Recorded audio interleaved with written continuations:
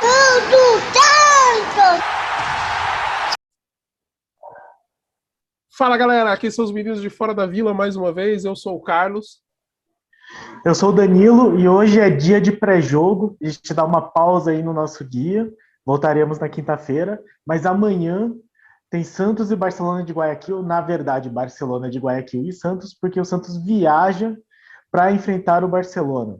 Um jogo que meio que já está se definindo o futuro do Santos e que é muito difícil continuar na Libertadores. Falaremos disso um pouco mais tarde, mas antes algumas notícias que surgiram aí nesses últimos dias, de segunda para cá, porque o mundo do futebol e os bastidores do Santos circulam muito rápido.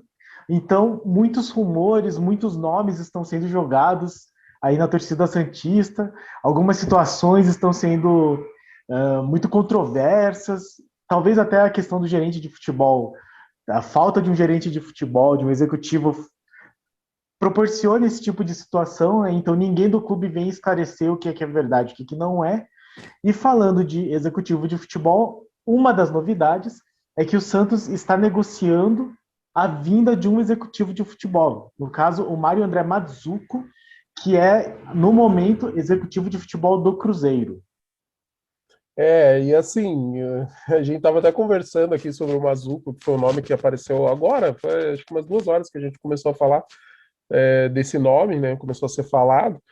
E legal, né, que o Santos está achando um nome, porém a gente tem muitas ressalvas com o Mazuco, né? Uma das coisas que o Danilo levantou é que ele está no Cruzeiro numa fase terrível do Cruzeiro. Ele esteve no Vasco quando o Vasco caiu e ele esteve no Paraná quando o Paraná caiu. Então, eu acho que não é o, digamos assim, o nome que a gente espera. Lógico que a gente também não espera uma mega contratação bombástica, mas a gente espera um nome que traga mais segurança. E o Mazuca é um nome para a gente questionar mais do que trazer essa segurança. E o Danilo estava até comentando aqui antes do vídeo, falando que às vezes é mais fácil ter um nome para depois você achar outro nome do que você ficar sem ninguém, porque daí você não consegue preencher essa vaga. E só que eu vejo de outro ponto de vista. Eu falo, se é para você tapar o buraco só para resolver ali um problema curto, rápido, mas você tem condições de achar outro, beleza. Agora, se realmente o Santos está sem moral ou está sem conseguir um nome que possa dar essa tranquilidade, que trabalhe de acordo, aí talvez você tenha que trabalhar com o que você tem disponível. Pois é. E a questão do Mazzucco, ele é um pouco. Ele não é muito conhecido por nós, mas parece que ele tem uma certa credibilidade com os torcedores do Cruzeiro e com alguns jornalistas. Então, lendo assim, algumas tweetadas dos torcedores do Cruzeiro, eles estão muito mais preocupados em voltar o David e que ele tá nesse meio, assim, o David é um ex-jogador, aquele David mesmo, que jogou no Santos, e foi pro Corinthians, voltou pro Santos, campeão, foi campeão no Santos, inclusive. E ele tem essa coisa de ser, ele tentou ser treinador, ele tentou ser executivo de futebol, ele tem uma empresa que empresaria jogadores. Então, o David está um pouco metido nessa história do Cruzeiro. Então, a galera do Cruzeiro, eles estão mais preocupados com a saída do Matsuko e com a permanência do David do que nós estamos com a vinda dele. Então, aparentemente, o Mazuco é um nome bem-vindo no Cruzeiro. Ele está há pouco tempo, pelo que eu pude ver, ele entrou em janeiro. Ele vai sair com 4 meses, se ele vier mesmo para o Santos. O Bruno Gilfrida, ele chegou a twittar que ele acompanhou o trabalho dele no Vasco, do Mazuco no Vasco, que foi no ano passado, o ano que o Vasco caiu, e achou uma boa escolha. O pessoal de Minas tem falado que ele é muito bom na hora de contratar, no sentido de que ele trabalha calado, que ele não fica alardeando muitas coisas, isso é excelente. Essa é uma característica que a diretoria atual do Santos tem feito, de manter as coisas no sigilo. Por outro lado, as contratações não deram muito certo no Cruzeiro. Até aí, eu acho que não é muito parâmetro, porque o Cruzeiro, de repente, se tornou só um parâmetro de coisas que não dão certo. Então, eu não sei até que ponto um executivo não dar certo no Cruzeiro em 4 meses de janeiro de 2021 para cá é exatamente um demérito, mas me preocupa que ele tenha passado pelo Paraná em 2018 e pelo Vasco em 2020. Dentro daquilo que eu estava falando com o Carlos e que o Carlos já comentou, talvez seja melhor ter um executivo do que não ter nenhum, mesmo que esse executivo não seja exatamente o que o Santos quer. Aí eu acho que é uma questão que vai variar, tem muitas coisas que podem acontecer, mas eu acho que primeiro vamos esperar ele ser anunciado, porque afinal de contas o Santos já foi recusado por quase todo mundo que você possa imaginar. Então vamos aguardar um pouco até que ele seja efetivamente anunciado e aí nós possamos fazer uma análise melhor e até dar um tempo para ele realizar o trabalho dele. Perfeito. Aproveitando, já que a gente está falando do executivo de futebol, vamos falar aí de transferências, né? Algumas poucas que estão sendo aí dadas como confirmadas e muitos rumores, né? Tá aparecendo muita notícia. A gente já comentou aqui sobre o interesse no Ganso. Parece que o Santos fez uma proposta de empréstimo com divisão de salários e o Fluminense não quis porque é um jogador reserva que tem um salário alto e eles gostariam que fosse pago um valor maior, uma porcentagem maior do salário, mas o Santos bateu o pé e disse, não, a gente não vai abrir mão do nosso limite orçamentário. E assim, eu acho que se não aparecerem interessados pelo Ganso e a comissão técnica do Fluminense achar que pode liberar para aliviar um pouco a folha salarial, talvez o Santos consiga dentro das condições que são o limite que o Santos se impôs. E aí começa a ficar interessante a volta do Ganso. Porque o Santos não estaria fazendo loucura por um cara que jogou bem no passado, sabe? Ele estaria fazendo um limite do que é possível dentro da realidade para trazer um cara que talvez agregue e jogue bastante, jogue bem sob as ordens do Fernando Diniz, que foi onde ele teve uma fase boa no Fluminense. Então a gente Eu acho começa difícil. Isso. a pensar que talvez valha a pena desde que os limites sejam respeitados, mas assim, muitas interrogações, muitas exclamações aí nesse negócio. Eu já falo, eu acho que só se ele viesse por um salário assim, sei lá, um salário mínimo, talvez, porque eu não consigo enxergar o Ganso encaixando no estilo de jogo que o Santos costuma ter, talvez, com o Diniz, porque afinal de contas foi a melhor fase recente dele, foi no Fluminense do Diniz, mas ainda assim foram, tipo, sei lá, 40 jogos de um Fluminense que lutou contra o rebaixamento. Então, se me perguntar, eu acho que eu prefiro investir esse salário do Ganso em algum jogador que seja talvez um projeto, do que do que o Ganso, mesmo que ele receba, não sei, menos do que um jogador da base.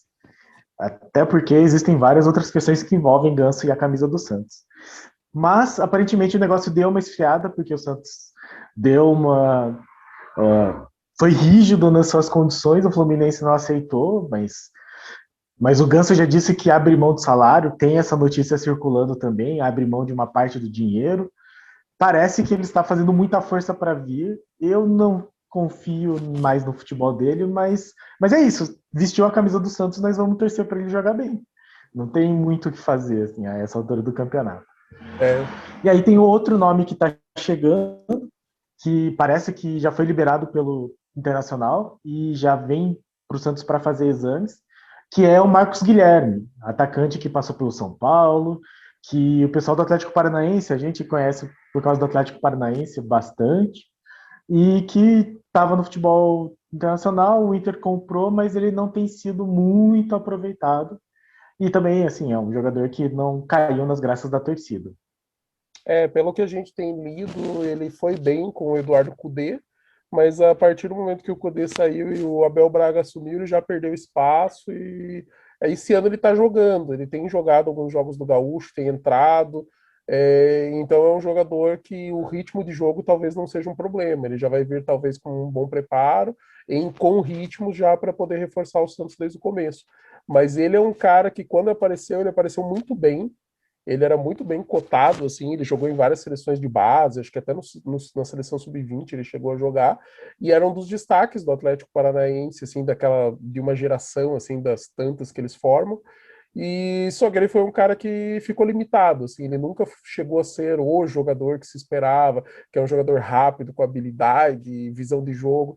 A vantagem, assim, ele tem suas limitações, mas ele também tem pontos positivos. Ele é polivalente, ele pode jogar em qualquer uma das duas pontas, ele pode fazer um meio de campo quando for necessário. Então ele é um jogador assim que dentro do que o Diniz gosta, que ele gosta de jogadores polivalentes, que ele possa às vezes fazer uma mudança de esquema de jogo sem mexer, sem ter que fazer uma substituição. Ele talvez seja um jogador que possa agregar, mas vamos esperar assinar e daí a gente pode fazer um especial aí das novas contratações, o que que a gente está pegando de informações, trazer uma coisa mais concreta. De boatos que tem aí, de negociações que o Santos está tentando, a gente tem dois nomes aí, um é o Gabriel, zagueiro do Atlético Mineiro, e outro é o Natan, meia do Atlético Mineiro. A do Gabriel parece que o Santos realmente fez uma consulta para tentar um empréstimo pagando salários, mas o Atlético Mineiro recusou, porque o Atlético Mineiro parece que só quer vender se for liberar os jogadores se forem definitivo, ou seja, uma venda, que é uma coisa que o Santos não quer. É um jogador que parece que o Fernando Diniz quer, é o que está sendo falado, a gente ainda vai ver se isso vai para frente ou não para poder falar melhor. E a do Natan surgiu agora, recente, surgiu hoje, que também seria um jogador, um nome interessante. Os dois são reservas do Atlético Mineiro, porém são reservas considerados importantes da equipe, não são reservas que estão amargando o banco, são reservas aí que entram em alguns jogos, fazem rotação, então seria um pouquinho mais complicado para liberar. Além desses dois, pode falar, Danilo. Não, pode continuar. Além desses dois, a gente está sabendo do interesse do Santos de um meia da Ferroviária, que é o Zanocelo. É um jogador de apenas 20 anos, mas que a Ferroviária comprou em definitivo. Eles se interessaram pelo futebol deles e fizeram um investimento. E é um investimento acima de R$ 1 milhão. Então, assim, para a Ferroviária fazer um investimento desses, acho que eles veem alguma coisa nesse jogador. Mas, assim, é um meia. Acredito eu que provavelmente para trabalhar junto com o Pirani, talvez com o Lourenço, mas é mais ou menos da idade deles também, seria outra aposta, alguma coisa que o Santos, de repente, se ele responder bem e conseguir pelo menos ajudar o Santos talvez numa situação em que tivesse financeiramente um pouco melhor, poderia até adquirir uma parte dos direitos e mantê-lo no elenco, mas isso a gente só vai saber se concretizar e se o Zanocelo entrar e jogar para a gente ver se ele é bom ou não é. Porque até agora a gente só tem informações de que a Ferroviária gostou dele a ponto de comprar. E por último, o que a gente está ouvindo de conversas é que o Santos está negociando com o Barcelona e com o Krasnodar para que não haja um novo transfer ban por conta das situações do Gabigol, da qual o Santos não notificou o Barcelona quando vendeu o Gabigol para a Inter, e o Barcelona tinha preferência de compra do Gabigol na época, e do Cueva, quando o Cueva veio para o Santos, e que depois saiu também, o Santos não pagou, porque ia pagar só no ano seguinte, mas daí o Cueva saiu, daí o Santos preferiu não pagar, e parece que o Walter Schaca está negociando com esses dois clubes da Europa para tentar fazer um acordo sempre que eles acionem a FIFA para que não aconteça o transfer ban. O que está sendo falado, o que está sendo conversado, a gente não tem os detalhes, mas assim, o importante existe um diretor do Santos que está em cima disso para tentar evitar que chegue na última consequência, que é acionar a FIFA, onde acontece o transfer ban, e onde a gente cairia no problema que a gente estava até pouco tempo atrás. Pois é. Lembrando que o caso do Cueva ele é complicado porque o Cueva saiu do Santos, o Santos alegou uma rescisão de contrato unilateral por parte dele, abandono de serviço, porque ele foi para o Pachuca. Então, o Santos se vê como no direito de não pagar porque o atleta abandonou o clube. Só que são casos diferentes. O Santos tem a dívida com o Krasnodar, ponto. E aí o Santos deveria poder cobrar o Pachuca por aliciamento de jogador, ou o Cueva por quebra de contrato. E na FIFA, a primeira decisão da comissão do arbitral da FIFA foi favorável ao Santos com relação ao Pachuca. Mas não tem ninguém que vai chegar e falar que o Santos não tem que pagar o Krasnodar, porque a dívida do Santos é com o Krasnodar e o Krasnodar só tem o Santos para cobrar. O Santos poderia dizer para o Krasnodar ele cobrar o Pachuca, mas não tem nada que fundamente isso. Então, lembrando que o Cueva ainda pode dar muita dor de cabeça aí pela frente, mas vamos ver o que é que vai acontecer. Com uma boa negociação, e considerando isso, que o Santos ganhou uma decisão contra o Pachuca e o Cueva na justiça, pelo menos existe esse ponto positivo para o Santos. A ver o que vai acontecer. Eu acho, e é puro achismo, minha opinião, que provavelmente o Walter Chaca está ganhando tempo com o Krasnodar para que a situação do Pachuca se resolva, que o Pachuca se resolva na FIFA, para que daí o Santos, no direito de cobrar o Pachuca, repasse valores para o Krasnodar e resolva a dívida. Eu acho, tá? É puro achismo, isso é opinião minha por ter lido a notícia. E com o Barcelona, provavelmente ele também está tentando ganhar tempo para equacionar essa dívida. E aí a gente não sabe, daí a gente especula, nós mesmos fazemos muita especulação, a gente já especulou que talvez preferência de jogadores, talvez porcentagem de direitos de alguns destaques.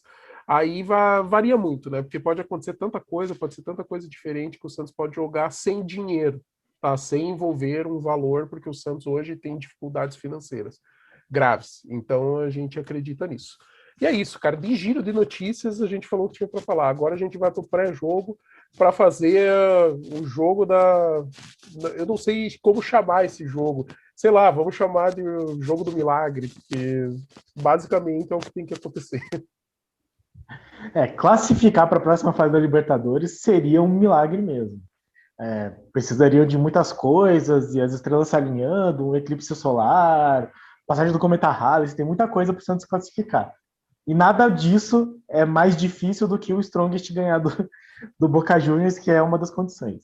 Então vamos lá, o Santos vai enfrentar o Barcelona de Guayaquil, em Guayaquil, na condição de o Santos precisa vencer e o Boca Juniors não vencer o The Strongest, aquele time que perdeu de 5-0 do Santos e de 4-0 do Barcelona fora de casa, para aí sim se classificar.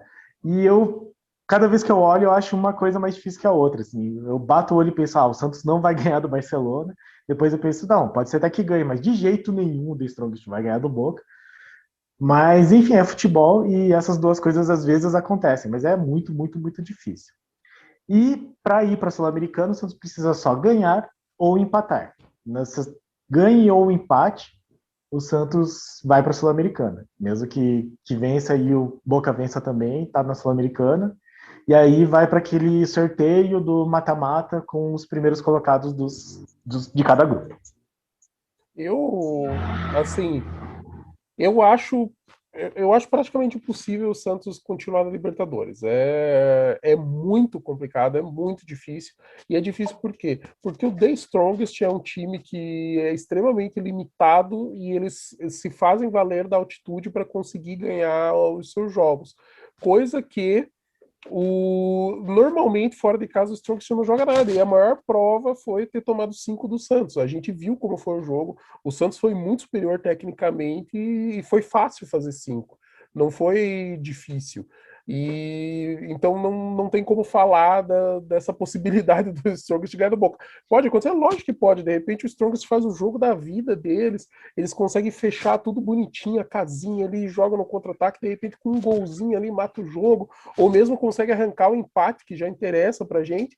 Só que o Santos ganhar do Barcelona fora de casa, sendo que o Barcelona é um time bem entrosado, que tem um futebol competitivo, tem qualidade técnica, e o Santos vindo de uma fase terrível, que a gente está vendo que as coisas não estão funcionando, não estão se encaixando, a gente está com muita dificuldade em vários momentos dos jogos, é muito pouco provável. Então a gente tem que, dentro de um cenário mais realista, a gente tem que torcer para o Santos ir para a Sul-Americana, para ter pelo menos mais um jogo internacional, para ganhar pelo menos mais uma premiação de mando de campo internacional. E ali ele ganha em dólar, que hoje está em torno de 5,3 vezes mais desvalorizado, né? Então a gente acaba, o nosso dinheiro acaba valendo mais, né? Então, assim, o dólar valendo mais acaba rendendo mais para o clube brasileiro. Então, seria interessante só talvez pelo aspecto financeiro, porque eu também não vejo esse Santos, pelo menos não nesse momento, desempenhando um bom papel para a gente falar, pô, seria legal o Santos disputando o Sul-Americano com chance de ganhar um título sul-americano num ano que praticamente é jogado no lixo. Entenda, primeiro semestre jogado no lixo, calma, tem Brasileirão, tem Copa do Brasil, mas no foco inicial do Santos, que era a Libertadores desse ano. Então, se o Santos conseguir pelo menos classificar para a Sul-Americana e fizer pelo menos mais um jogo, bacana.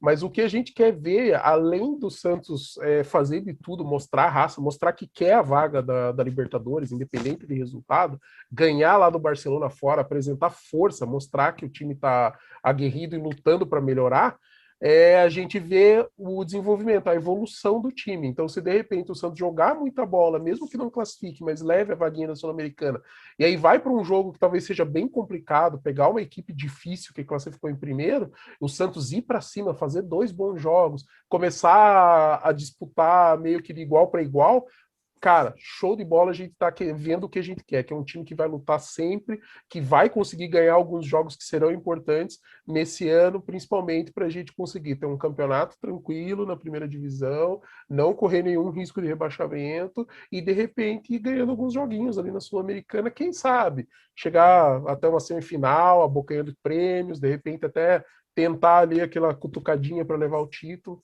pode acontecer. É o que a gente espera. Mas, assim, sendo bem realista, torçamos para o time ficar pelo menos no terceiro lugar para jogar mais um jogo da Sul-Americana e daí a gente descobrir em que nível que tais times têm alguma chance de crescer ou não. Eu acho que o que você falou faz muito sentido e é exatamente isso, né?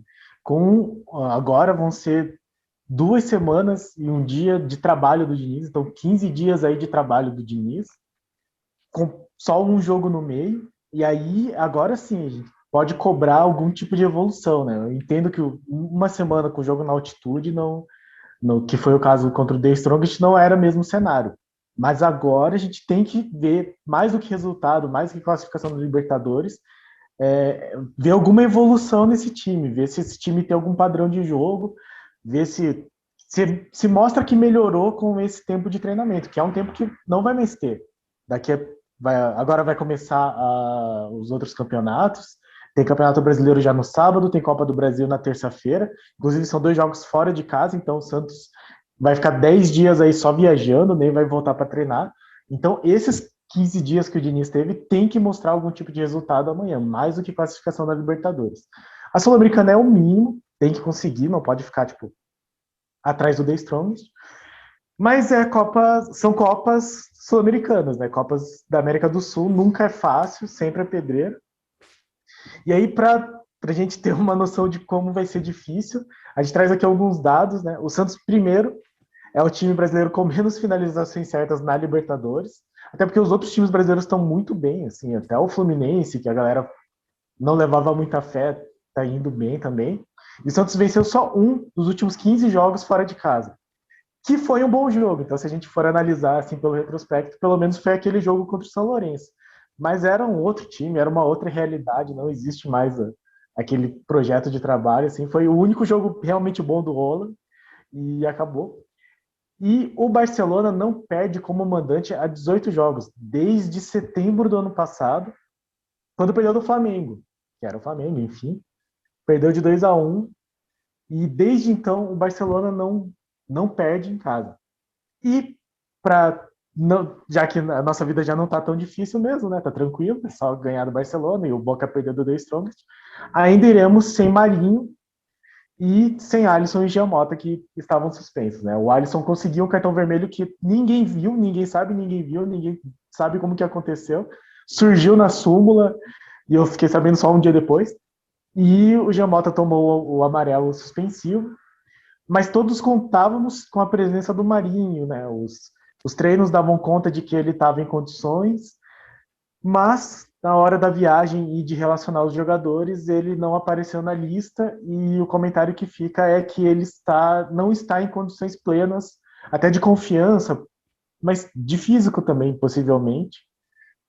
E acabou não indo e vai continuar o processo de treinamento para jogar pelo menos contra o Bahia no sábado. Então nós temos todas essas dificuldades além do Barcelona para enfrentar.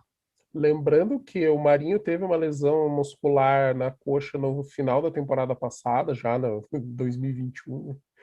Ele teve um problema muscular, ficou alguns jogos, ele jogou muitos jogos no sacrifício no fim da temporada passada, que ele estava em bom momento.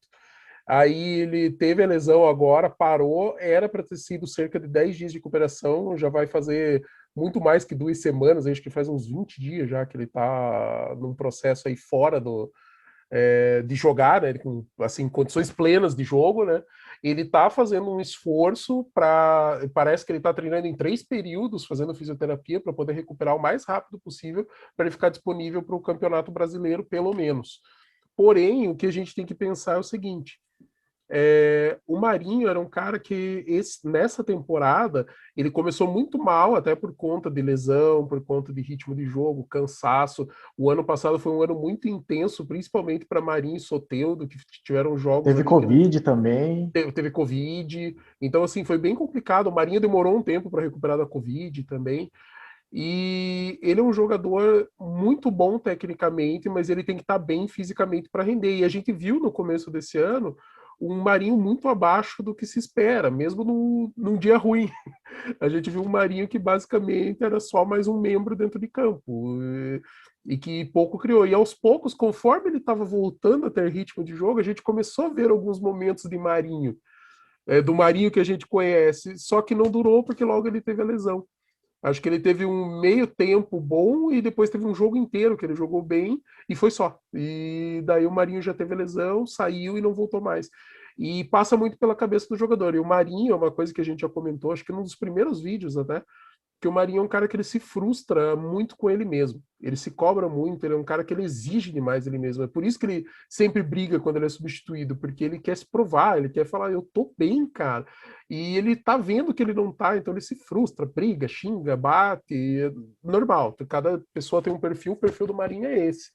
E eu acredito que ele está tentando voltar da melhor forma possível. A cabeça dele acho que não está bem por ele não estar no momento bom.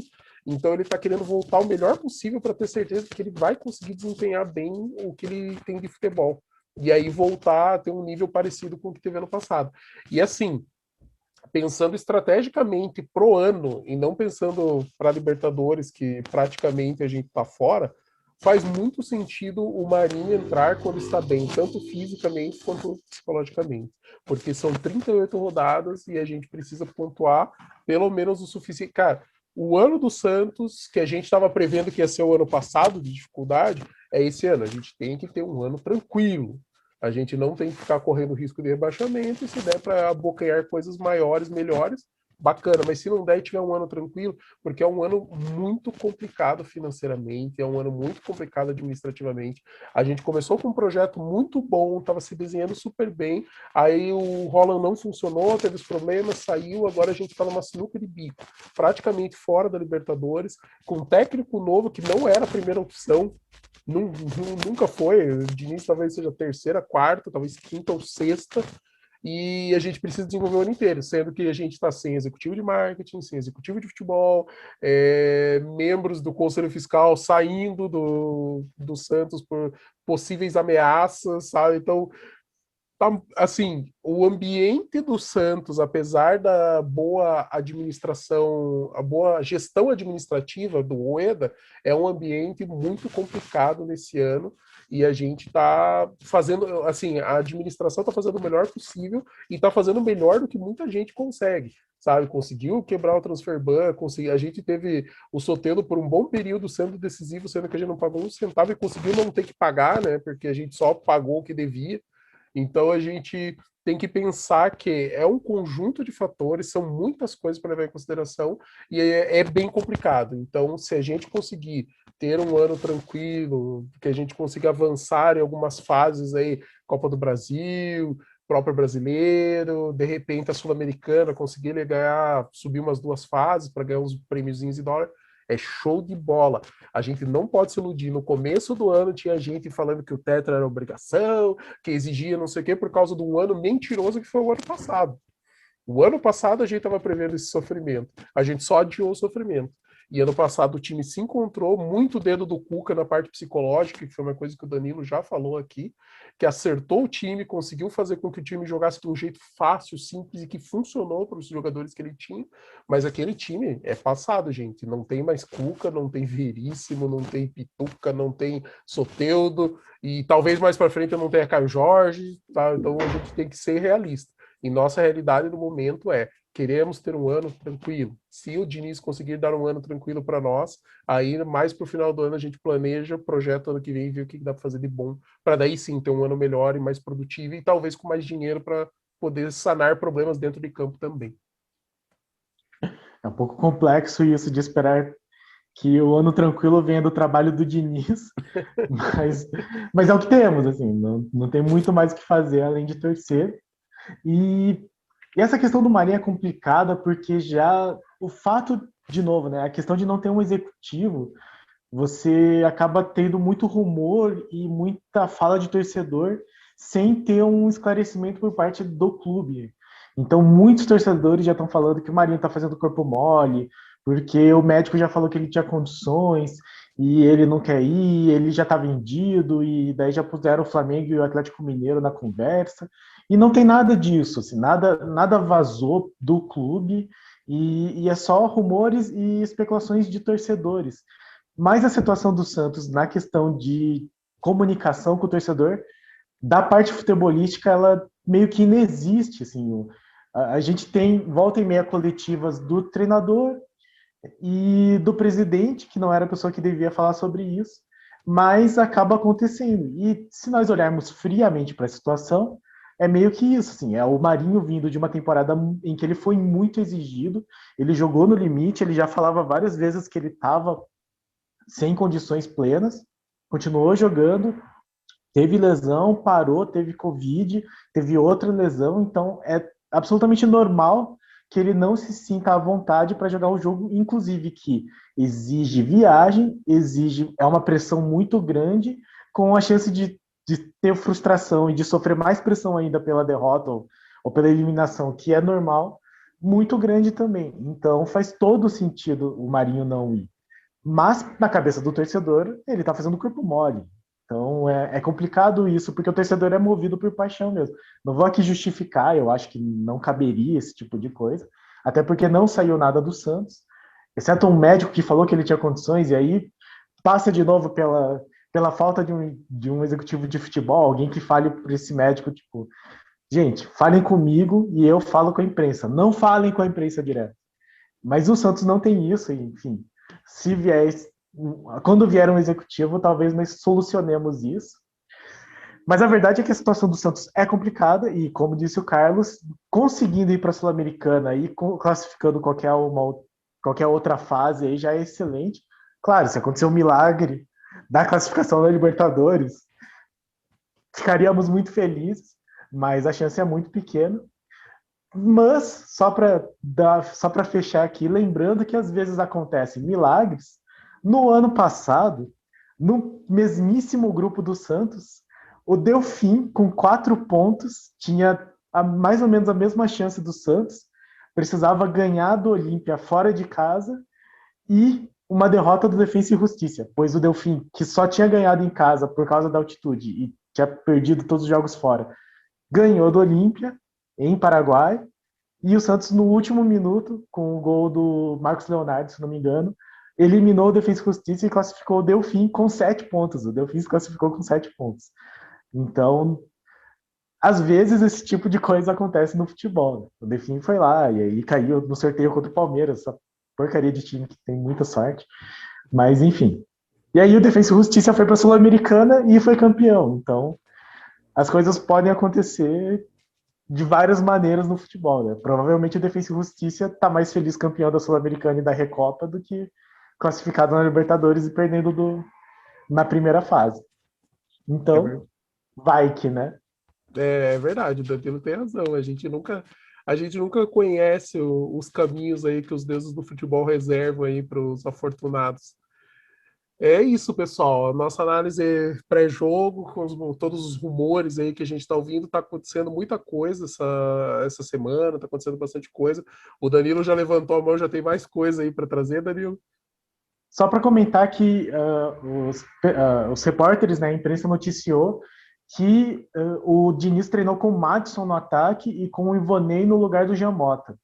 Então, uma escalação possível, porque os grandes problemas do Santos são esses, né? A ausência do Alisson e do Giamota, e nessa nova condição teria o Madison no lugar do Ângelo. Então seria o Balieiro vai ocupar o lugar do Alisson, quase certeza, a menos que aconteça alguma tragédia que o Santos não precisa de mais nenhum. Mas ficava aquela dúvida, quem que ia ocupar o segundo lugar no meio de campo, que era do Jean Mota, que já estava improvisado, porque não é a dele.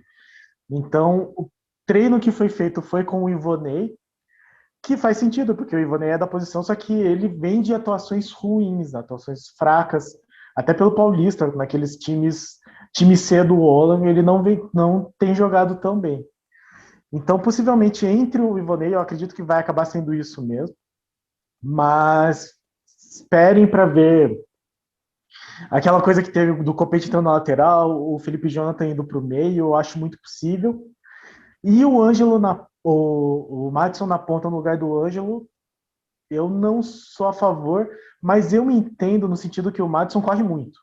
O Madison corre muito, ele tem finalização, ele se movimenta bastante, então talvez seja interessante deixar o Ângelo como uma opção para o segundo tempo, até porque o Ângelo tem essa coisa de ser muito jovem, ele não consegue enfrentar no corpo esse pessoal, mas entrando no segundo tempo com fôlego novo contra uma defesa que já vai ter cansado por marcar o Matos, eu consigo enxergar uma lógica aí. Então, não seria surpresa para nós torcedores se o Madison começar como titular, apesar do Ângelo ser a primeira escolha, a escolha mais óbvia.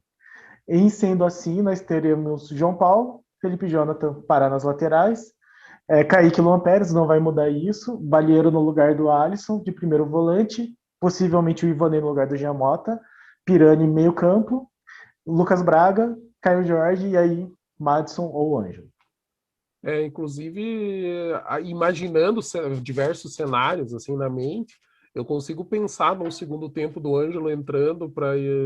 Eu consigo pensar o Madison no primeiro tempo, com o Santos tentando acionar a velocidade dele, então de repente puxando o jogo um pouco para a esquerda para abrir espaço na direita, para de repente ter algumas inversões, algumas jogadas lá que o Madison possa usar essa velocidade que ele tem. O Madison também é bom de cabeça, então a gente acaba ganhando um jogador que pode ajudar tanto na defesa, nas bolas aéreas, quanto no ataque.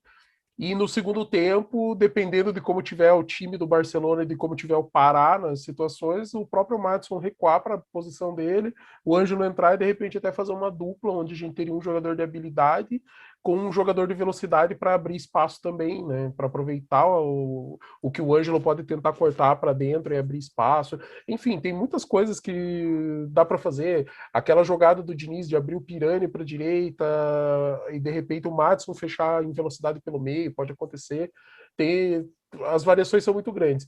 E pode esperar que, principalmente se o resultado não tiver de acordo com o que se espera, pode ver lá que vai entrar um Felipe Jonathan para o meio de campo e o Copete na lateral. Pode esperar que em algum momento ele vai tirar talvez o Ivonei e colocar o Marcos Leonardo.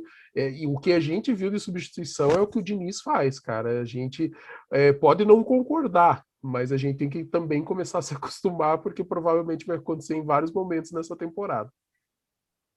É exatamente isso, assim. Esperem substituições, no caso do Santos estar perdendo, parecidas com o que foi contra o The Strongest. Vai depender também do que tiver acontecendo no outro jogo, né? Lembrando que Boca e The Strongest jogam no mesmo horário, então os dois jogos são amanhã às 9 da noite. O Santos vai ser transmitido pelo Fox Sport aqui para o Brasil, então para quem tem acesso, sinta-se à vontade para assistir. E no mais é esperar para ver se o time melhora, que neste momento é só o que eu estou pedindo. Exatamente. Eu quero ver um time com mais opções, que consiga jogar um pouco melhor do que o que a gente tem visto ultimamente, e que a gente tenha pelo menos aquele alento de tipo, beleza, não deu, mas o trabalho parece que vai encontrar seu rumo em algum momento. É isso, gente. Somos Meninos de Fora da Vila. Obrigado por acompanhar a gente, obrigado por assistir, curtir nosso canal. Continuem fazendo isso, nos apoiando, e a gente se vê aí praticamente todo dia com vários vídeos, giros de notícia, pré e pós-jogo, análises e tudo mais que você quer saber sobre o Peixão. Isso aí, curtem, comentem, deixa aí o seu palpite, se você acha que o Santos se classifica para Libertadores, e nós que somos ultra pessimistas, façam críticas, sugestões, comentários e para cima deles. É isso, gente. Até mais. Um abraço. Falou!